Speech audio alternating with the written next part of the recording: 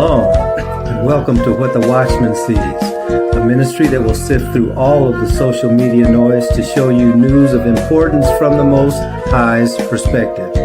As watchmen, we are here both to warn of dangers and give biblical answers for dwelling in the secret place of the Most High during these times of confusion. Tell your family and friends to like, share, and subscribe as we delve into what Yahweh has for us, the apple of His eye. Let's get to work. Shalom on this Shabbat, not the seventh day of the week, but one of the fall feast days, the Feast of Booths. So on this particular session, as we had said we were going to do, we were going to spend most of this week looking at in detail the Feast of Tabernacles or the Feast of Booths.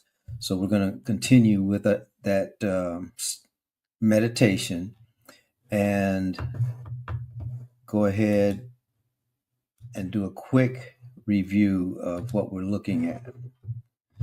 So I'm going to pull up Numbers chapter 29, where it talks about the Feast of Tabernacles, and just so that we can be reminded, Numbers chapter 29 is a rehearsal of the fall feast days. So it starts with the Feast of Trumpets on the first day of the seventh month, and then it goes to the 10th day of the seventh month, which is the Day of Atonement. We talked about that. And then we come to the Feast of Tabernacles, that begins on the 15th day of the seventh month, as it says in verse 12 of Numbers chapter 29. You are to hold a sacred assembly. You must not do any regular work, and you shall observe a feast to Yahweh for 7 days. And so we're in the midst of those 7 days. And then it tells the children of Yasharel what to do, how to commemorate, and what to use. So we've been talking about this now for 4 sessions. I'm not going to read all of it, but I do want to start with these first few verses, starting at verse 13. It says, as a pleasing aroma to Yahuwah, you are to present a food offering, a burnt offering of 13 young bulls, 2 rams, and 14 male lambs, a year old, all unblemished, along with the grain offering of 3/10 of an ephah of fine flour mixed with oil, with each of the 13 bulls, 2/10 of an ephah or ephah with each of the 2 rams, and 1/10 of an ephah with each of the 14 lambs. Include 1 male goat as a sin offering, in addition to the regular burnt offering with its grain offering, and then it says, and drink offering. That's what we're going to be focused on in this meditation. So this happened on the first day, and then on the second day, the instructions are given, the third day, etc., etc. The only major difference between one day and another is when it comes to how many of the young bulls are to be sacrificed and presented to the Most High. The first day there are 13, the second day there are 12, the third day there are 11, the fourth day 10, the fifth day 9, the sixth day 8, on the seventh day 7, and then on the 8th day 1. Okay, so we talked about that in detail in the last session, but on each one of these days, what we haven't talked about, which is what we're going to cover on this session, is this last item that keeps being mentioned. And it says in verse 13, the very last thing is a drink offering. So that's what we're going to be focusing our attention on as we move in the blessing that the Father has given us for this session. So let's start with the drink offerings in Yasharel, or in Israel. As we mentioned, each one of those days, a drink offering was given. So we're going to look at the importance of the drink offering for this meditation. First of all, where were the drink offerings given? And that goes to, again, the heart of the nation of Yasharel. All of these things happened in relationship to the tabernacle, or the tent of meeting. That's where all the sacrifices happened. That's where all of the worship occurred and how the worship occurred. So the drink offerings were a part of that cultural activity. I'm saying cultural rather than religious, because the heart and soul of Yasharel was not a religion.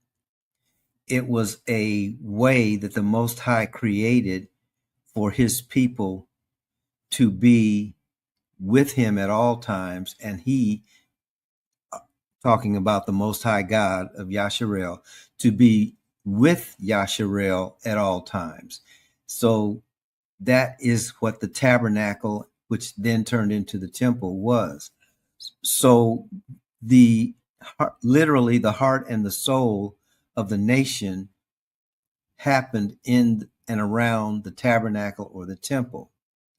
So when we're looking at the things that happened in the temple, we're looking at sacrifices, we're looking at offerings, we're looking at whether that be a wave offering, or a pouring out offering, or a sprinkling of blood offering.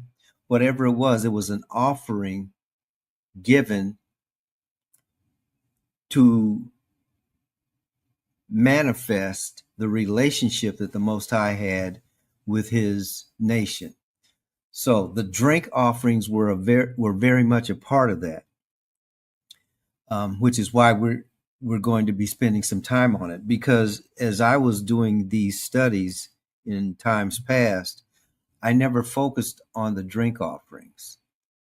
It was always about the sacrifice of the bull, or the ram, or the lamb, or the goat, some incense, but never the drink offering. So the Spirit wants us to see the entire picture. So, as I said, and I didn't read all of those scriptures starting at Numbers chapter 29, verse 13. At the end of each one of those days, the drink offering was part of what the Most High had given Yasharel to do. And so, where were drink offerings given? They were given at the tabernacle, or the temple. They were poured out beside the altar of burnt offering. And if you remember, the altar of burnt offering was right outside of the holy place. This represents where the drink offerings were given. The second bullet point seems to be in contradiction with the third bullet point, but actually it's not. As the first bullet point says, this all happened at the tabernacle, or the temple, and the drink offerings were poured out beside the altar of burnt offering. It's a phrase in the second bullet point of never in the holy place. There is an example in Numbers, the previous chapter, Numbers 28, verse 7, which says, in the holy place you shall pour out a drink offering of strong drink to Yahuwah. That should have read in a holy place, because a holy place was the altar outside. They were given during the daily burnt offerings, which is found in Exodus 29 and Numbers 28. They were given on the Shabbat, the weekly Shabbat, Numbers 28 again, verses 9 and 10. They were given in the festival offerings, or the times of meeting, the Passover, the Feast of Weeks, which is Pentecost, and now the Feast of Booths, or the Feast of Tabernacles. That's found in Numbers 28 and 29.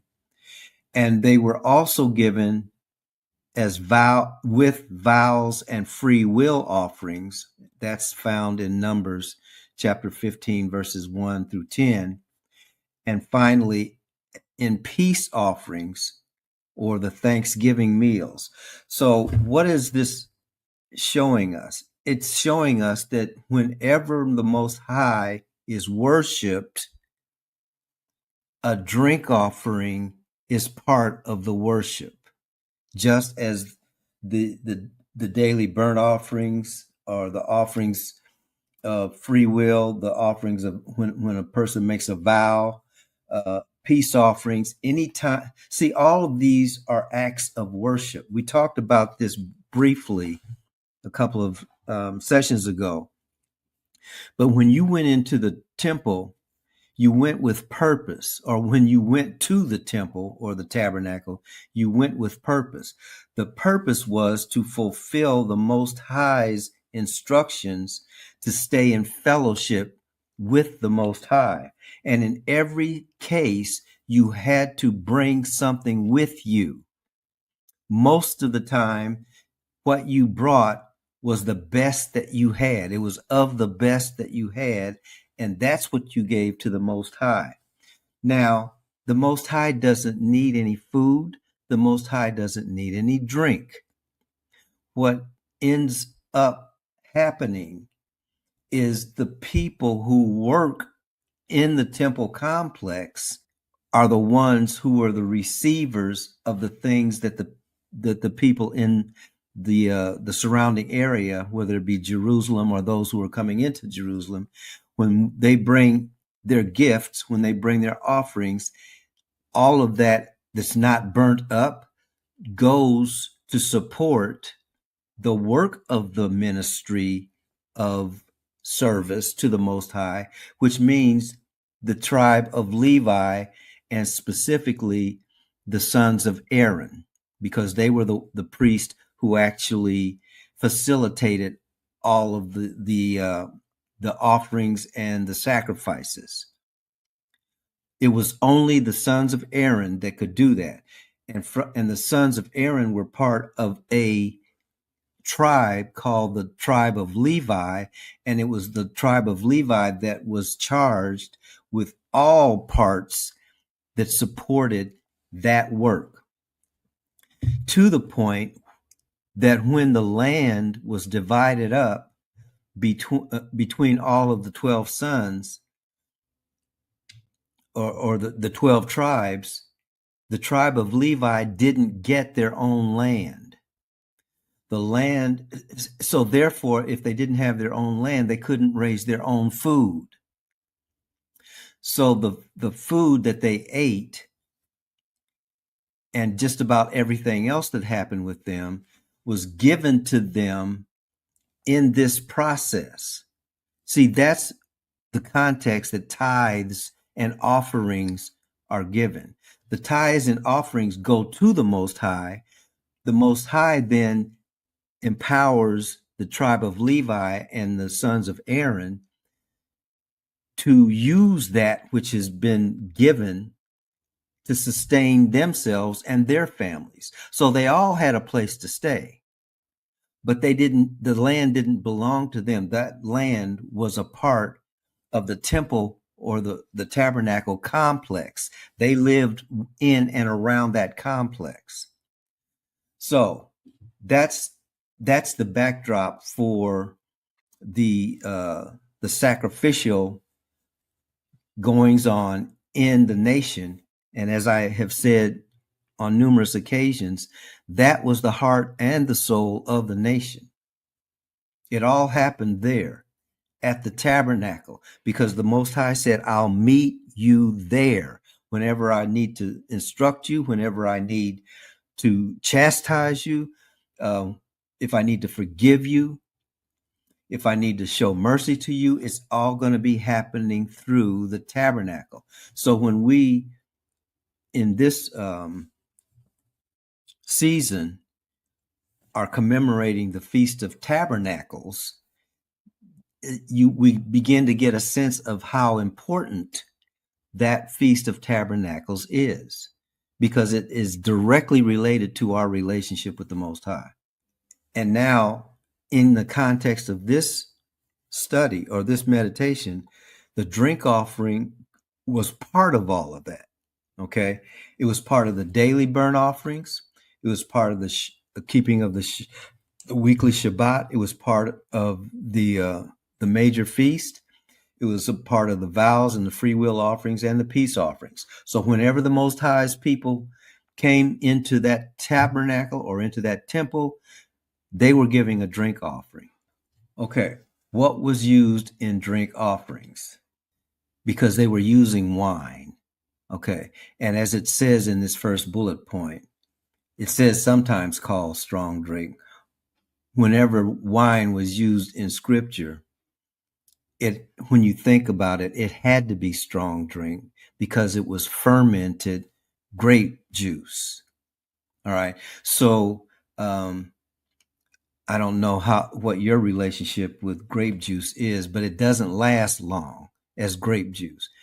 The process begins, the fermentation process begins almost immediately. In Yasharel, they didn't have refrigerators. They didn't have freezers. So what they did have, whether it be food or drink, was either immediately consumed or it was preserved in a way that it could be used. I know we don't usually think about this, but the process of fermentation is actually a preservation process, which is why you can drink wine that has been around for decades, but you can't drink grape juice that's been around for decades. It will ferment. Okay. It will protect itself, in other words. Okay. So this is what was used in the tabernacle. This is what was used in the tent of meeting and then the temple, when the temple was built. Strong drink. So when you see strong drink in the scriptures, it's talking about fermented grape juice or basically wine. It's talking about wine. The quantities. When you were offering a lamb, as the lamb was being slaughtered and killed, whether it was sacrificed and burnt as a burnt offering, or whether it was taken and eaten by the priest, whenever that happened, 1 quart of wine was poured out. Okay. If it was a ram, 1 1/3 quarts was poured out. If it was a bull, 2 quarts was pulled out. So what was the purpose? The purpose of the wine is a symbol of joy and fellowship. I'm going to read the 104th Psalm in verse 15. Well, actually, I'm not going to read the whole Psalm, but it starts out in verse 1 saying, "Bless Yahuwah, O my soul. O Yahuwah, my Elohim, you are very great. You are clothed with honor and majesty. You cover yourself with light as with a garment, who stretches out the heavens like a curtain." And then it goes on. So it's a psalm exalting our Heavenly Father. Okay. And it talks about lots of things. He laid the foundations of the earth. He covered the earth as a garment with the waters, et cetera, et cetera. Then in verse 13, it says, he waters the hills from his chambers. The earth is satisfied with the fruit of his works. Verse 14, he causes the grass to grow for the cattle and herb for the service of man, that he may bring forth food out of the earth. And then verse 15 says, and wine that makes glad the heart of man, and oil to make his face to shine, and bread which strengthens man's heart. So in verse 15, wine is seen as a blessing, and it's supposed to make our hearts glad. That's the purpose of the wine, and that's a part of worship. So it's the purpose of the drink offerings is to be a symbol of the joy or the gladness and the fellowship with our Creator. It's also an act of total surrender, because when the wine is poured, it's fully poured out. Okay, so when the drink offering is poured, the entire content is poured out. Now that's a little bit different than what we used to do on the street corners when somebody would go get the wine bottle, and the first thing they would do is pour out a little for the homies that aren't here. Okay, but we only poured out a little. When you worship the Most High, you pour the whole thing out. Okay, the whole thing belongs to Him. Some of us would have had a problem with that. But what we were doing, we actually got it from this that you're looking at. Okay, so another part of the purpose, the completeness of sacrifice. Okay, so there was the burnt offering, which is the flesh, the grain offering, which is the bread. Does this sound familiar? The drink offering, which was the wine. And again, well, first of all, the burnt offering or the flesh has to do with the body. The grain offering or the bread has to do with sustenance. The drink offering or the wine has to do with the joy of the Spirit. And then finally, thanksgiving for the land's produce. So at this point, let me bring you back to when this happened. This happened in all of the feast. This happened on every Shabbat. This happened at the morning sacrifice. This happened on the daily basis. This happened at the morning sacrifice and the evening sacrifice. It also happened when the new moon was seen.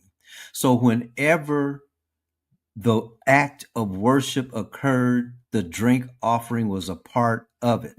Now, having said that, although we're talking about the Feast of Booths, the Feast of Tabernacles, hearken back to Passover, and more specifically to Pesach, which was for the people of the Most High who believe in the Messiah, and the completion of the purpose of Passover.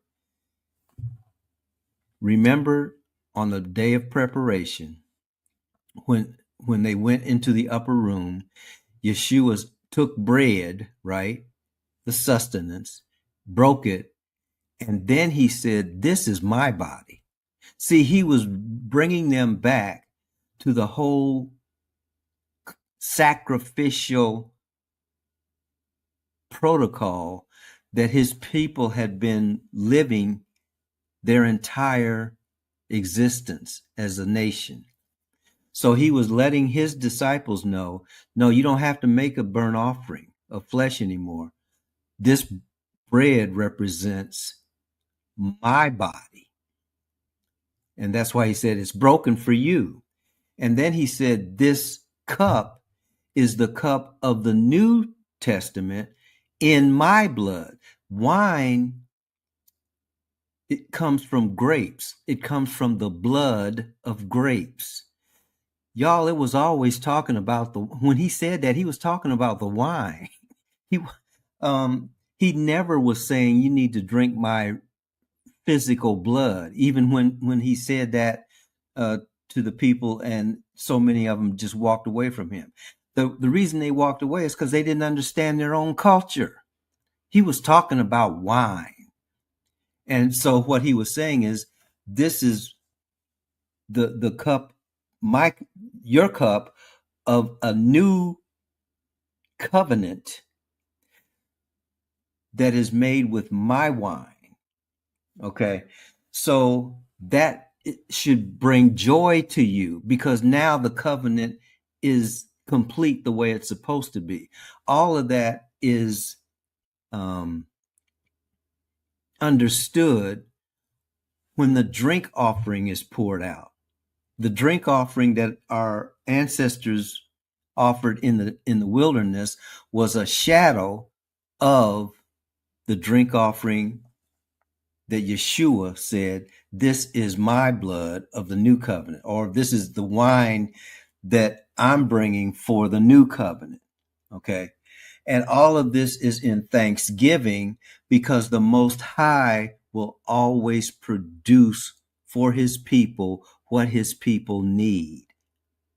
100% of the time he does that when his people are operating in the blessing that he has given to us. So if we find ourselves in lack, this is how we get back to being in abundance. Find the center of his will. And so that drink offering is a part of that. Later on, the symbolism. The prophets, they would condemn the idolatrous libations of the people. That's found in Psalm 16. Let me turn to that too. Psalm 16, verse 4. Their sorrows shall be multiplied that hasten after other gods. Their drink offerings of blood will I not offer, nor take up their names unto my lips. See, what our people